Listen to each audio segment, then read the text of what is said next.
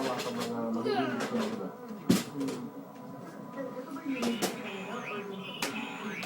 diba? Siguro sa tao siguro yan, kasi ang tao naman may kanya-kanyang pagkatao yan. Ibig sabihin, kung sanay sila pumatay ng tao, siguro magagawa nila yan. Si Enriquez wanted din sa kasong robbery in dance. Sasapahan ng kasong robbery with homicide. Napakalik ka eh. Ano yan, ha?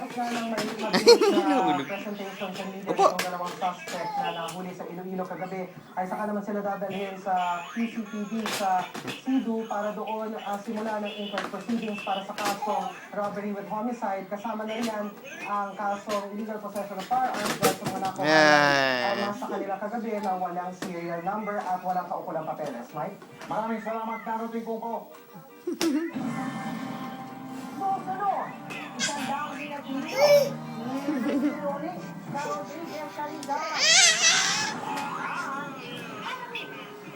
Bumulay mo ka, ano?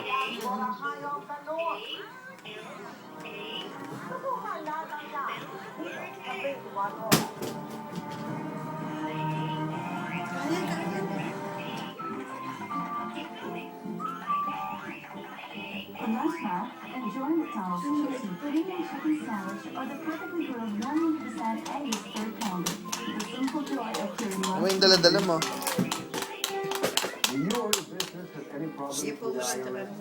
Have you or your